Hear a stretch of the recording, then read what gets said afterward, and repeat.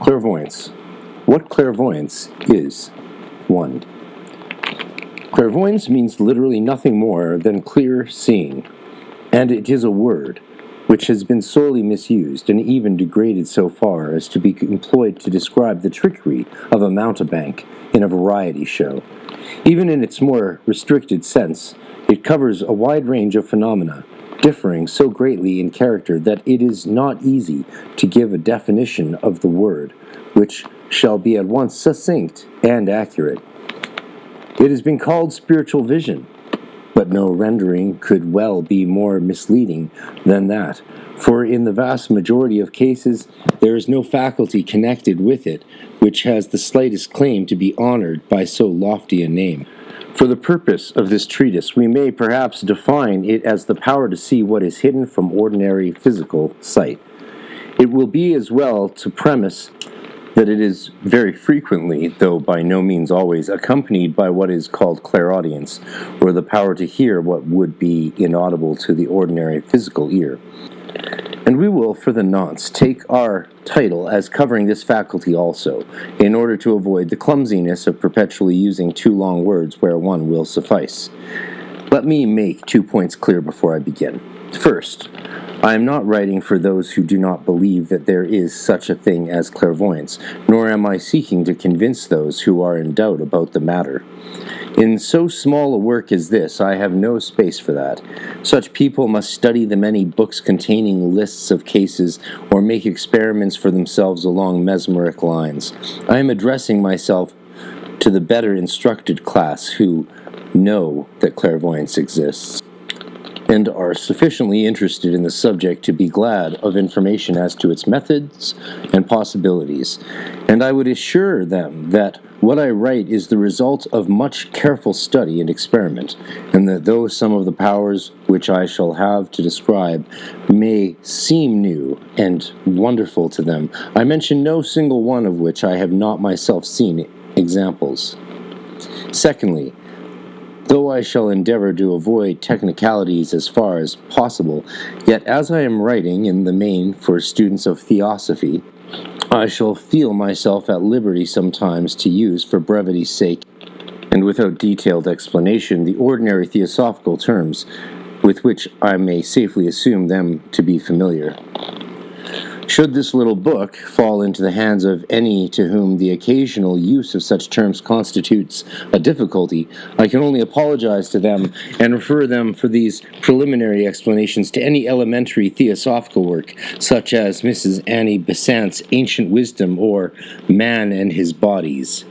The truth is that the whole theosophical system hangs together so closely, and its various parts are so interdependent, that to give a full explanation of every term used would necessitate an exhaustive treatise on theosophy, as a preface even to this short account of clairvoyance. Before a detailed explanation of clairvoyance can usefully be attempted, however, it will be necessary for us to devote a little time to some preliminary considerations, in order that we may have clearly in mind a few broad facts as to the different planes on which clairvoyant vision may be exercised, and the conditions which render its exercise possible. We are constantly assured in theosophical literature that all these higher faculties are presently to be the heritage of mankind in general, that the capacity of clairvoyance, for example, lies latent in every one, and that those in whom it already manifests itself are simply in that one particular a little in advance of the rest of us. Now, this statement is a true one, and yet it seems quite vague and unreal to the majority of people, simply because they regard such a faculty as something absolutely different from anything they have yet experienced, and feel fairly confident that they themselves, at any rate, are not within measurable distance of its development. It may help to dispel this sense of unreality if we try to understand that clairvoyance, like so many other things in nature, is mainly a question of vibrations, and is in fact nothing but an extension of powers which we are all using every day of our lives. We are living all the while surrounded by a vast sea of mingled air and ether, the latter interpenetrating the former as it does all physical matter. it's important to remember back then they did believe scientifically that there was this substance called ether, and they don't mean it in the sense of the New Age way we describe, like the etheric or etheric links.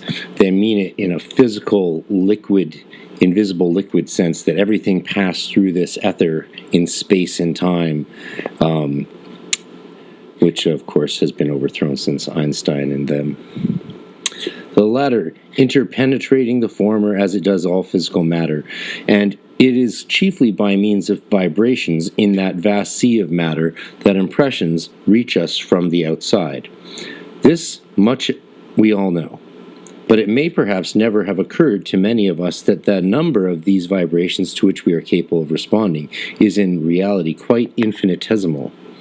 Up among the exceedingly rapid vibrations which affect the ether, and in this sense, there would also, of course, be referring to the spiritual ether. So back then they referred to it thinking that it was either larger than it was, contained more reality than it was, or they were speaking of it in a spiritual sense as opposed to a physical sense. And some of them conflated the two. So you have these three models of understanding ether from back then. And in certain cases, like here, it refers to sort of the spiritual interpretation or perception of the spiritual ether, what you might describe more as a numinous quality as opposed to a physical substance. But this is, of course, all still the edges of the frontier of the discovery and the blending between spiritual sensation and physical science. So Leadbeater is saying, up among the exceedingly rapid vibrations which affect the ether, there is a certain small section, a very small section, to which the retina of the human eye is capable of responding. And these particular vibrations produce in us the sensation which we call light. This is the key part. That is to say, we are capable of seeing only those objects from which light of that particular kind can either issue or be reflected. In exactly the same way, the tympanum of the human ear is capable of responding to a very small range of comparatively low vibrations, slow enough to affect the air which surrounds us.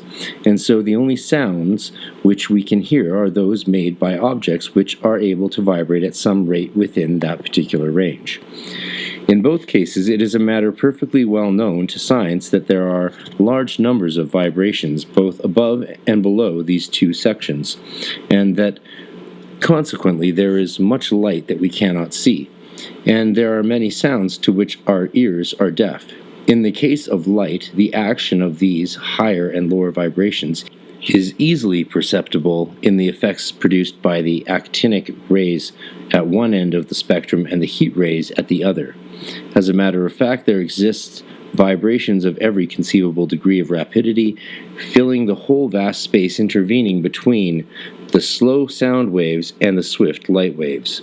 Nor is even that all, for there are undoubtedly vibrations slower than those of sound, and a whole infinity of them which are swifter than those known to us as light.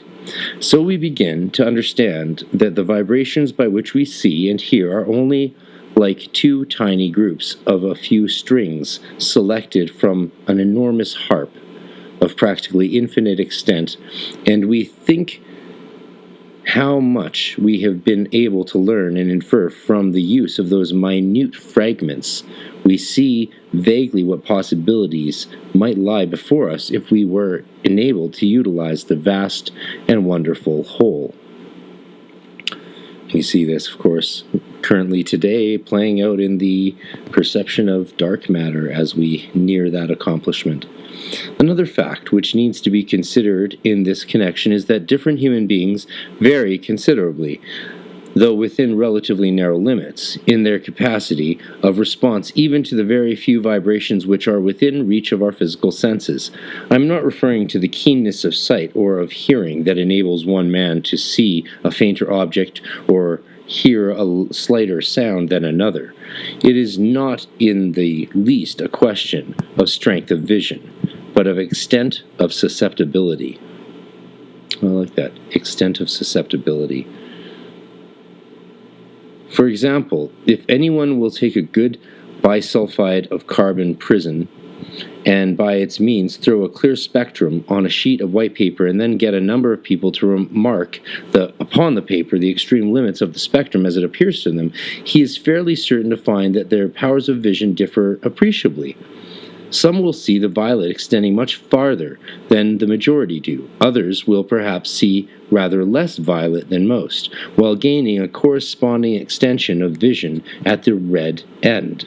Some few there will perhaps be who can see farther than ordinary at both ends, and these will almost certainly be what we call sensitive people, susceptible, in fact, to a greater range of vibrations than are most men of the present day. In Waldorf High School, they would use prisms to show us these prism spectrums, and pointed out Steiner's observation that Newton had argued against, but then Steiner proved. In hearing, the same difference can be tested by taking some sound which is just not too high to be audible, on the very verge of audibility, as it were, and discovering how many among a given number of people are able to hear it. The squeak of a bat is a familiar instance of such a sound, and experiment will show that on a summer evening, when the whole air is full of the shrill, needle-like cries of these little animals, quite a large number of men will be absolutely unconscious of them and unable to hear anything at all. Sorry, you gotta love this old school masculine language. I can handle it. It's overwhelming. Oh, men, what have you done? Now these examples clearly show that there is no hard and fast limit to man's power of response to either etheric or aerial vibrations, but that some among us already have that power to a wider extent than others, and it will even be found that the same man's capacity varies on different occasions. It is therefore not difficult for us to imagine that it might be possible for a person to develop this power, and thus in time to learn to see much that is invisible to their fellow men. And hear much that is inaudible to them, since we know perfectly well that enormous numbers of these additional vibrations do exist and are simply, as it were, awaiting recognition. The experiments with the Röntgen rays give us an example of the startling results which are produced when even a very few of these additional vibrations are brought within human ken, and the transparency to these rays of many substances hitherto considered opaque at once shows us one way, at least, in which we may explain such elementary clairvoyance as is involved in reading a letter inside a closed box, or describing those present in an adjoining room. To learn to see by means of the Röntgen rays, in addition to those ordinarily employed, would be quite sufficient to enable anyone to perform a feat of magic of this order. So far, we have thought only of an extension of the purely physical senses of a person. And when we remember that a person's etheric body is in reality merely the finer part of their physical frame, and that therefore all their sense organs contain a large amount of etheric matter of various degrees of density, the capacities of which are still practically latent in most of us, we shall see that even if we confine ourselves to this line of development alone, there are enormous possibilities of all kinds already opening out before us. But besides and beyond all this, we know that man possesses an astral and a mental body, and each of which can, in process of time, be aroused into activity, and will respond in turn to the vibrations of the matter of its own plane, thus opening up before the ego, as he learns to function through these vehicles, to entirely new and far wider worlds of knowledge and power. Now, these new worlds, though they are all around us and freely interpenetrate one another, are not to be thought of as distinct and entirely unconnected in substance, but rather as melting the one into the other, the lowest astral forming a direct series with the highest physical, just as the lowest mental, in its turn, forms a direct series with the highest astral. We are not called upon, in thinking of them, to imagine some new and strange kind of matter, but simply to think of the ordinary physical kind as subdivided so very much more finely, and vibrating so very much more rapidly, as to introduce us to what are practically entirely new conditions and qualities. It is not then difficult for us to grasp the possibility of a steady and progressive extension of our senses, so that both by sight and by hearing we may be able to appreciate vibrations far higher and far lower than those which are ordinarily recognized. A large section of these additional vibrations will still belong to the physical plane and will merely enable us to obtain impressions from the etheric part of that plane, which is at present as a closed book to us. Such impressions will still be received through the retina of the eye. Of course, they will affect its etheric rather than its solid matter, but we may nevertheless regard them as still appealing only to an organ specialized to receive them, and not to the whole surface of the etheric body. There are some abnormal cases, however, in which other parts of the etheric body respond to these additional vibrations as readily as, or even more readily than, the eye. Such vagaries are explicable in various ways, but principally as effects of some partial astral development, for it will be found that the sensitive parts of the body almost invariably correspond with one or other of the chakras, or centers of vitality in the astral body. And he actually uses the form chakrams.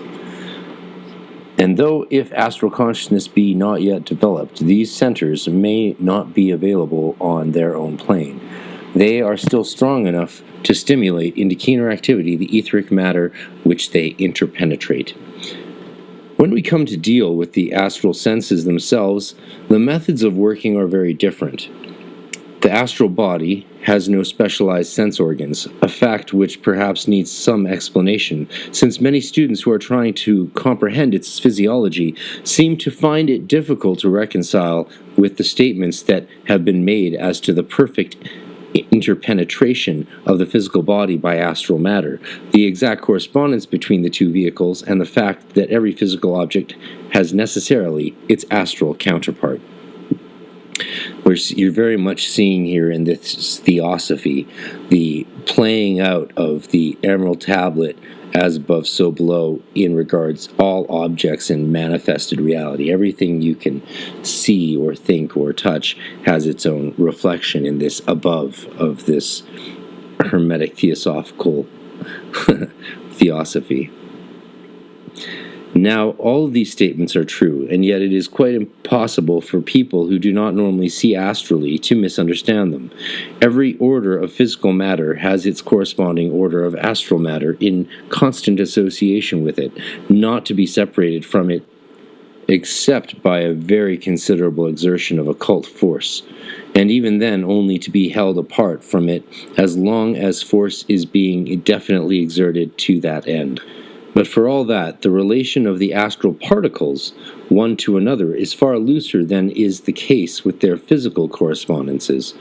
In a bar of iron, for example, we have a mass of physical molecules in the solid condition, that is to say, capable of comparatively little change in their relative positions, though each vibrating with immense rapidity in its own sphere. The astral counterpart of this consists of what we often call solid astral matter, that is, matter of the lowest and densest subplane of the astral, but nevertheless its particles are constantly and rapidly changing their relative position, moving among one another as easily as those of a liquid on the physical plane might do, so that there is no permanent association between any one physical particle and that amount of astral matter which happens at any given moment to be acting as its counterpart.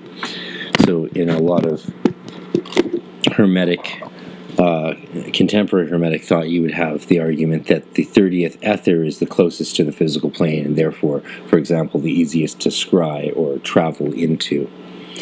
This is equally true with respect to the astral body of man, which for our purpose at the moment we may regard as consisting of two parts: the denser aggregation which occupies the exact position of the physical body, and the cloud of rarer astral matter which surrounds that aggregation. In both these parts, and between them both, There is going on at every moment of time the rapid intercirculation of the particles which has been described, so that as one watches the movement of the molecules in the astral body, one is reminded of the appearance of those in fiercely boiling water. This being so, it will be readily understood that though any given organ of the physical body must always have as its counterpart a certain amount of astral matter, it does not retain the same principles for more than a few seconds at a time, and consequently there is nothing corresponding to the specialization of physical nerve matter into optic or auditory nerves and so on. So that though the physical eye or ear has undoubtedly always its counterpart of astral matter, that particular fragment of astral matter is no more and no less capable of corresponding to the vibrations which produce astral sight or astral hearing than any other part of the vehicle. It must never be forgotten that though we constantly have to speak of astral sight or astral hearing in order to make ourselves intelligible, all that we mean by those expressions is the faculty of responding to such vibrations as convey to the man's consciousness when he is functioning in his astral body information of the same character as that conveyed to him by his eyes and ears while he is in the physical body. But in the entirely different astral conditions, specialized organs are not necessary for the attainment of this result. There is matter in every part of the astral body which is capable of such response, and consequently the man functioning in that vehicle sees equally well objects behind him, beneath him, above him, without needing to turn his head. There is, however, another point, which it would hardly be fair to leave entirely out of account, and that is the question of the chakrams referred to above. Theosophical students are familiar with the idea of the existence in both the astral and the etheric bodies of man of certain centers of force which have to be vivified in turn by the sacred serpent fire as the man advances in evolution, though these cannot be described as organs in the ordinary sense of the word, since it is not through them that the man sees or hears, as he does in physical life through eyes and ears. Yet it is apparently very largely upon their vivification that the power of exercising these astral senses depends, each of them as it is developed, giving to the whole astral body the power of response to a new set of vibrations. Neither have these centers, however, any permanent collection of astral matter connected with them.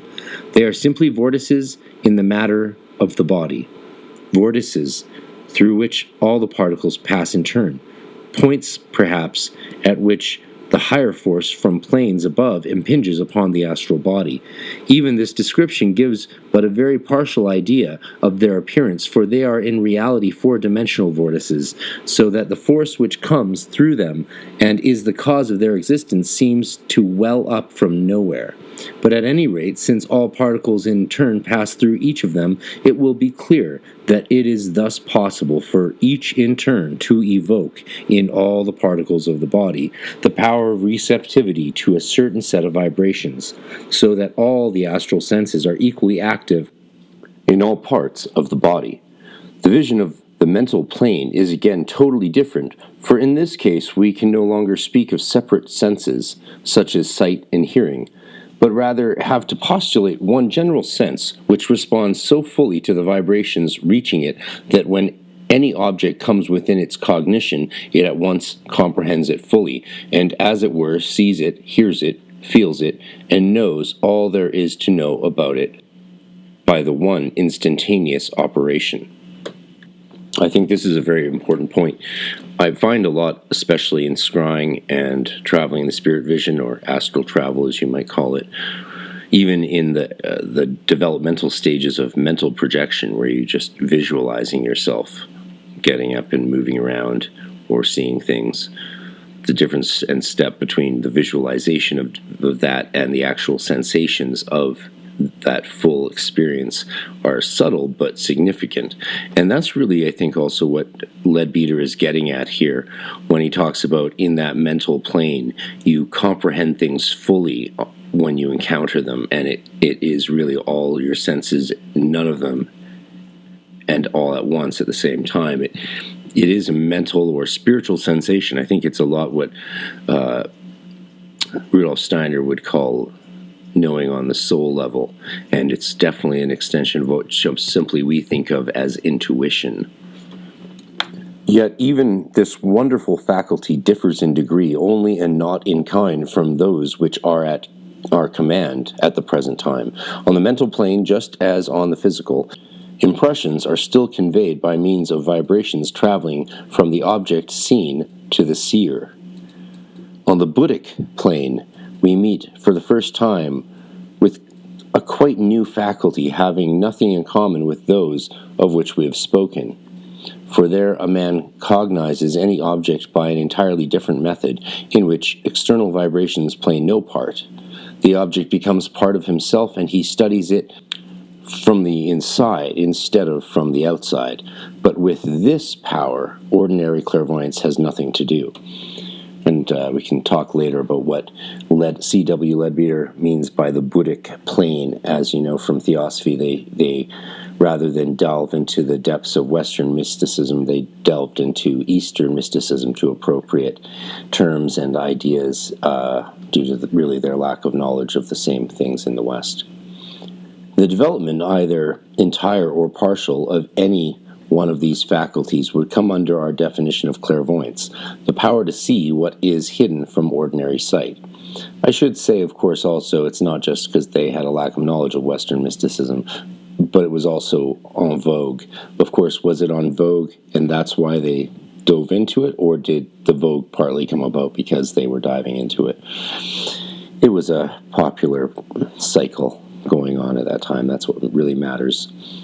But these faculties may be developed in various ways, and it will be well to say a few words as to these different lines. We may presume that if it were possible for a man to be isolated during his evolution from all but the gentlest outside influences, and to unfold from the beginning in perfectly regular and normal fashion, he would probably develop his senses in regular order also. The modernist assumptions are thickly at play here. He would find his physical senses gradually extending their scope until they responded to all the physical vibrations of etheric as well as of denser matter. Then, in orderly sequence, would come sensibility to the coarser part of the astral plane, and presently the finer part also would be included, until in due course the faculty of the mental plane dawned in its turn. In real life, however, development so regular as this is hardly ever known, and many a man has occasional flashes of astral consciousness without any awakening of etheric vision at all. And this irregularity of development is one of the principal causes of man's extraordinary liability to error in matters of clairvoyance, a liability from which there is no escape except by a long course of careful training under a qualified teacher. And of course, we do see many people just diving off the deep end into the astral plane, not knowing how training and filtration and testing lead to clear vision in its proper sense. At the same time, go crazy with it, have fun. But I've never tested anyone any good at it and found they could do much if they hadn't done the basic sort of exercises most of us do and play with. Students of theosophical literature are well aware that there are such teachers to be found, that even in this materialistic 19th century the old saying is still true, that when the pupil is ready, the master is ready also, and that in the hall of learning, when he is capable of entering there, the disciple will always find his master. They are well aware also that only under such guidance can a man develop his latent powers in safety and with certainty, since they know how fatally easy it is for the untrained clairvoyant to deceive himself as to the meaning and value of what he sees, or even absolutely to distort his vision completely in bringing it down into his physical consciousness. It does not follow that even the pupil who is receiving regular instruction in the use of occult powers will find them unfolding themselves exactly in the regular order which was suggested above as probably ideal. His previous progress may not have been such as to make this for him the easiest or most desirable road. But at any rate, he is in the hands of one who is perfectly competent to be his guide in spiritual development, and he rests in perfect contentment that the way along which he is taken will be that which is the best way for him. Well, that's quite the assumption and trust to place in a teacher who, well, there's some bad teachers out there. Another great advantage he gains is that whatever faculties he may acquire are definitely under his command and can be used fully and constantly when he needs them for theosophical work. They were definitely trying to rewrite the entire spiritual world as a theosophical one in a one grand unified vision. Very, very modernist thinking. Whereas, in the case of the untrained man, such powers often manifest themselves only very partially and spasmodically and appear to come and go, as it were, at their own sweet will. Yeah, I think some people would say that's the lot of the untrained psychic, but really it's the lot of everyone, because no, these aren't special powers. This is just training your basic human sensitivity. That's why in the GD we call this just sensitivity training. Often. It may reasonably be objected that if clairvoyant faculty is, as stated, a part of the occult development of man, and so a sign of a certain amount of progress along that line, it seems strange that it should often be possessed by primitive peoples or by the ignorant and uncultured among our own race, persons who are obviously quite undeveloped from whatever point of view one regards them. Well, there's the real... Yeah, you can really see the elitism and classicism coming out in Leadbeater here. How could these primitive people who are in touch with nature and live drinking ayahuasca in the jungles ever have a stronger developed sense of in touchness with the universe and psychic ability than a noble English gentleman or a Russian madam sitting in her lofty apartments drinking tea and eating spotted dick? Yes, how could a savage, primitive person have psychic abilities equal to them? Yes, just shocking, just shocking. No doubt, this does appear remarkable at first sight, but the fact is that the sensitiveness of the savage, or of the coarse and vulgar European ignoramus, is not really at all the same thing as the faculty of his properly trained brother, nor is it arrived at in the same way. Okay, so they're saying people who are more in touch with their human nature and primitive lifestyles and who are shamanically developed naturally as psychics or magicians are developing a completely other thing than these proper gentlemen and madams in their flats in London and America. That's what they're saying. It's an atrocious argument that truly speaks to the horrific mentality of the time, which was alive and well and lingers a bit today, you could say. An exact and detailed explanation of the difference.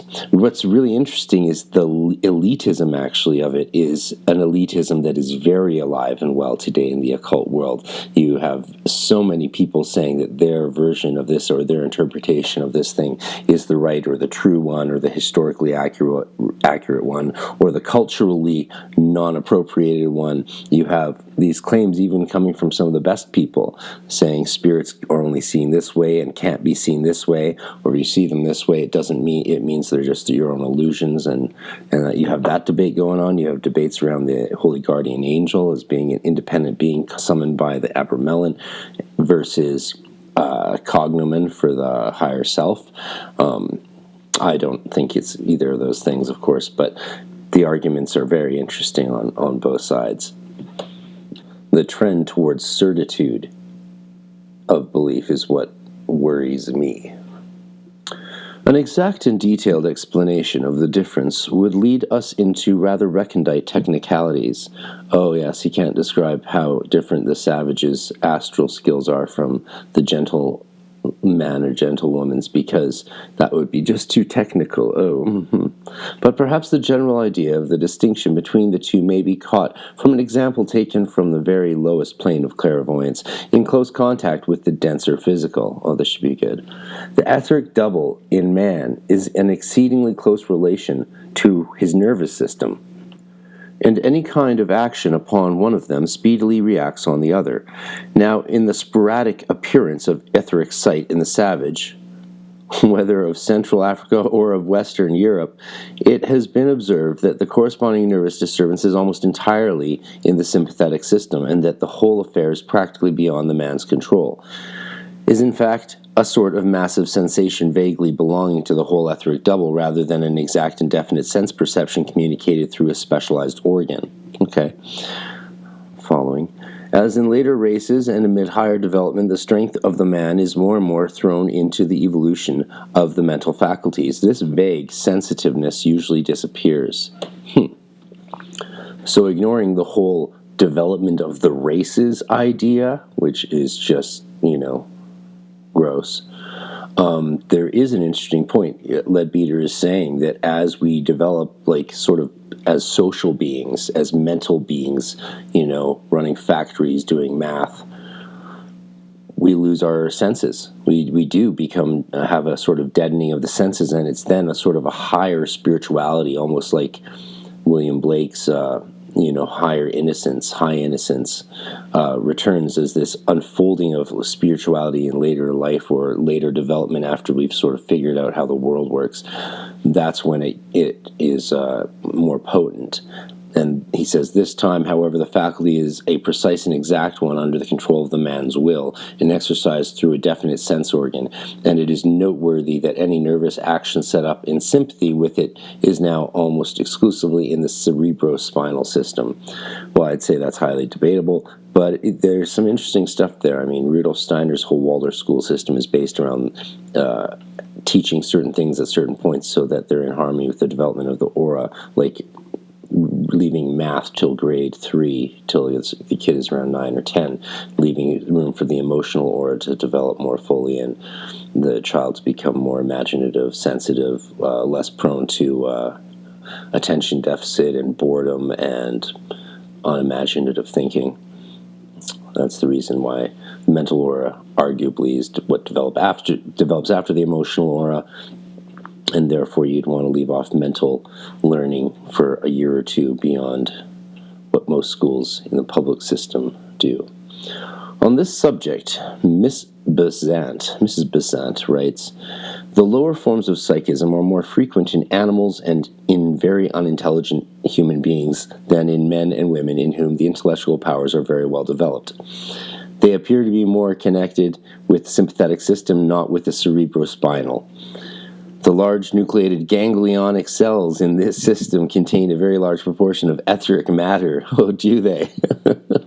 And are hence more easily affected by the coarser astral vibrations than are the cells in which the proportion is less. As the cerebrospinal system develops and the brain becomes more highly evolved, the sympathetic system subsides into a subordinate position, and the sensitiveness to psychic vibrations is dominated by the stronger and more active vibrations of the higher nervous system. It is true that at a later stage of evolution, psychic sensitiveness reappears, but it is then developed in connection with the cerebrospinal structures and is brought under the control of the will. But the hysterical and ill-regulated psychism of which we can see so many lamentable examples is due to the small development of the brain and the dominance of the sympathetic system. Wow.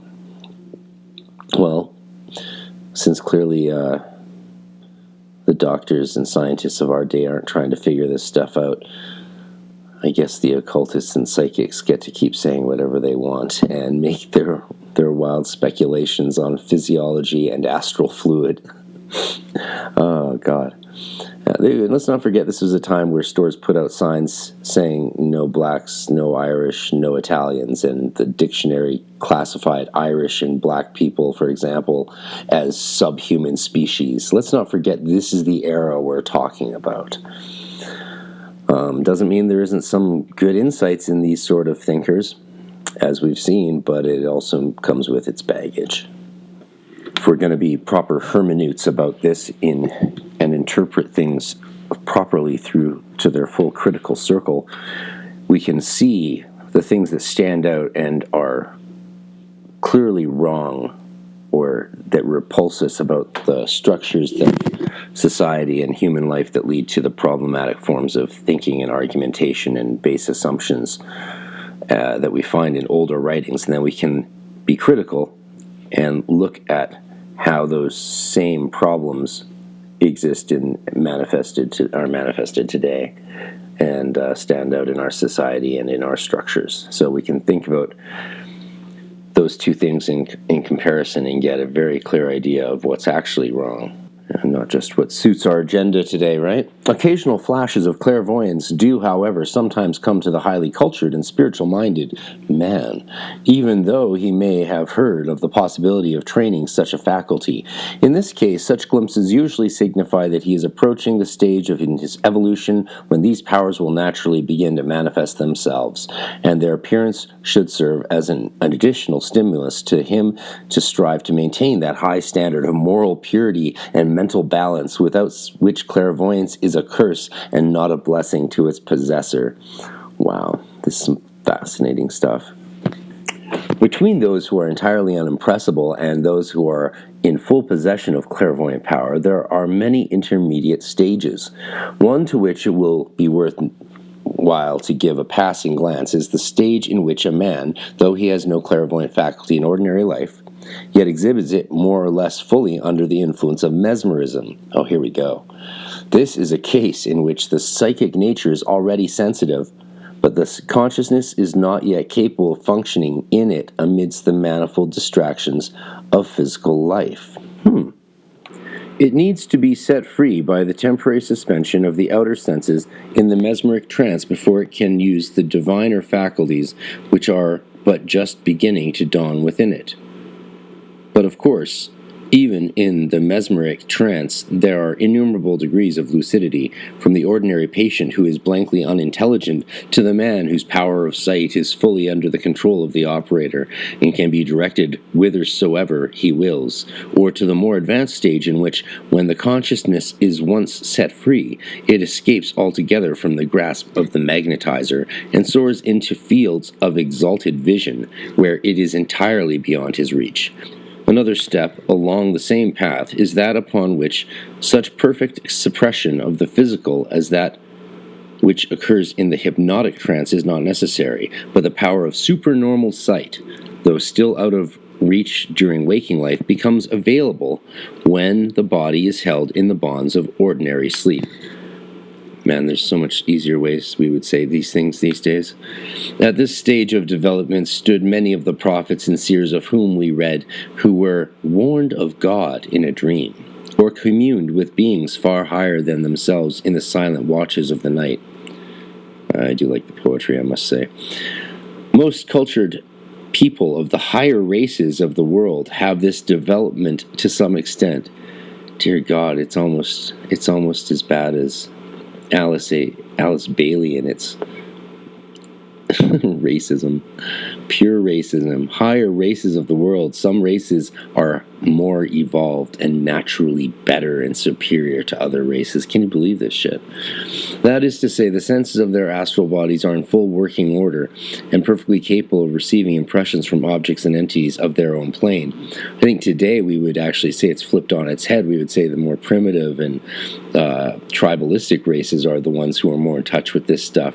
That would be the vogue these days, whereas back then it was quite the opposite. It was the higher class, or, well, they're talking about themselves as being the most developed and superior. It's really not that uncommon for people in not just spirituality, but in every field, to think that their field or they themselves and their community is the most developed or evolved. You see this in most academic departments as well. I see it with historians all the time, thinking that because they don't get into the nitty-gritty of anyone's subject, they have a perfect overall view of everything. But the truth is, you don't really understand a thing until you get into the nitty-gritty of it, so there's that dilemma. Some people let's not consider them higher races. Let's just say there are those who are sensitive and their astral bodies are in full working order and perfectly capable of receiving impressions from objects and entities of their own, that is the astral plane. Leadbeater then says, but to make that fact of any use to them, so this is talking of the people who would be looking for magical orders, getting into spirituality, witchcraft, druidry, shamanism, everything. Anyone who's sensitive, feels that they're in tune with that sort of spiritual energy and looking at developing it, this is who that he's talking about. Ignore that he thinks it's just these higher races. It's so stupid. But to make that fact of any use to them down here in the physical body, us, of use to us, two changes are usually necessary. First, that the ego shall be awakened to the realities of the astral plane and induced to emerge from the chrysalis formed by his own waking thoughts and look around him to observe and to learn. And secondly, that the consciousness shall be so far retained during the return of the ego into his physical body as to enable him to impress upon his physical brain the recollection of what he has seen and learnt. See, that's really where there's some gold here. This is fascinating. So it's one thing to be able to have sensory, spiritual experiences or to travel or see things, but if you can't bring your conscious mind, your ego with you, your ruach, as the Kabbalists call it, into those higher realms, then you may not be able to remember them or recollect them properly. And we see this with not just dreams, but many, many things, from scryings to deja vus to lucid dreaming. The challenge often in astral travel is to be able to remember all the details afterward. Some people don't have that challenge, some people really do. Sometimes if I'm scrying or working with a spirit, I'm able to write down things it's saying, have quite a good back and forth, but if I go into more of an ecstatic state or trance to commune with that spirit and I have no one to write things down, I can communicate, but I'm not physically awake enough, my body's limp, and I can't write things down, and I may not remember them fully in every instance. It really depends on how diligent I am about my work in preparation for that experience, and then how ecstatic and profound that experience is. The training really with pathworking and tarot to lead up to that kind of advanced tatwa or Enochian ether or scrying or astral travel work is really essential. Tarot contemplation ritual, still, I'm going to keep saying it, most powerful technique along with meditation 1 and the other meditations that you can probably do in Hermetic practice anyway. If the first of these changes has taken place, the second is of little importance, since the ego, the true man, will be able to profit by the information to be obtained upon that plane, even though he may not have the satisfaction of bringing through any remembrance of it into his waking life down here.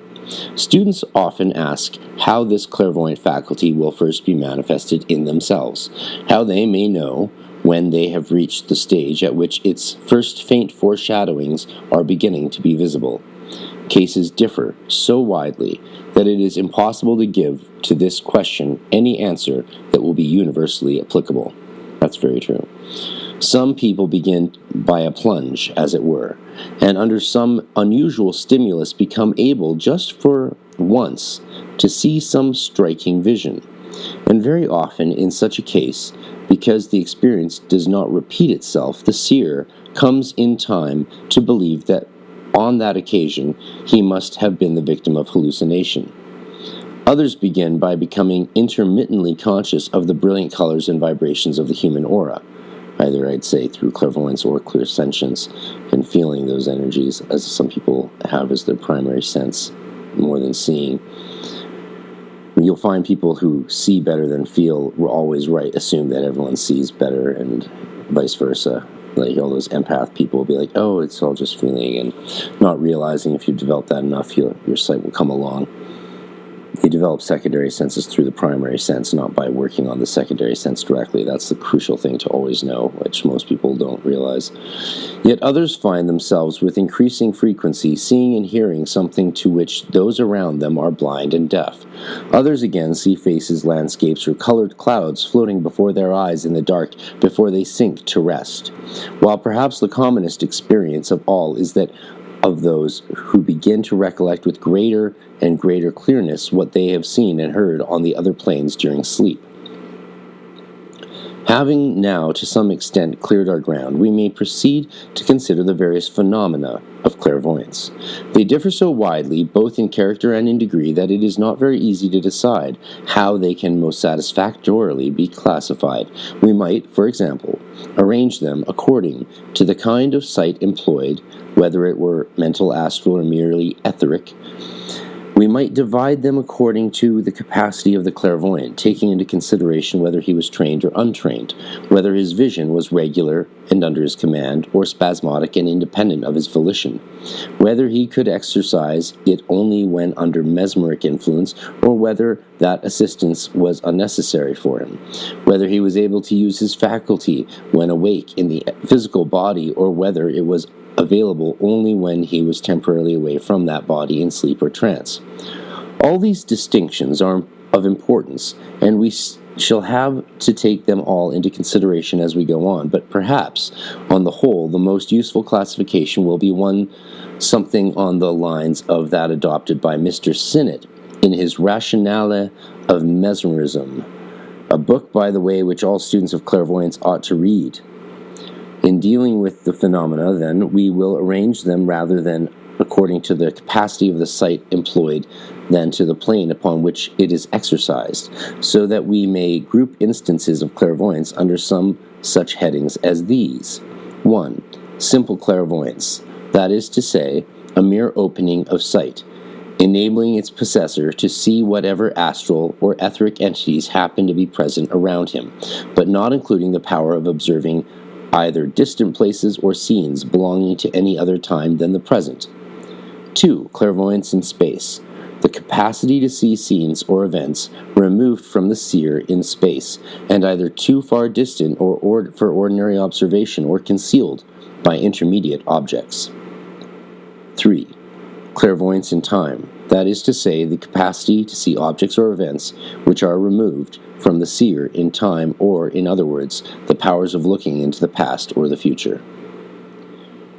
Next, we'll look at Part 2, Simple Clairvoyance, full. And I will, of course, continue to share my thoughts and reflections based on my own experiences in working the various systems I have learned.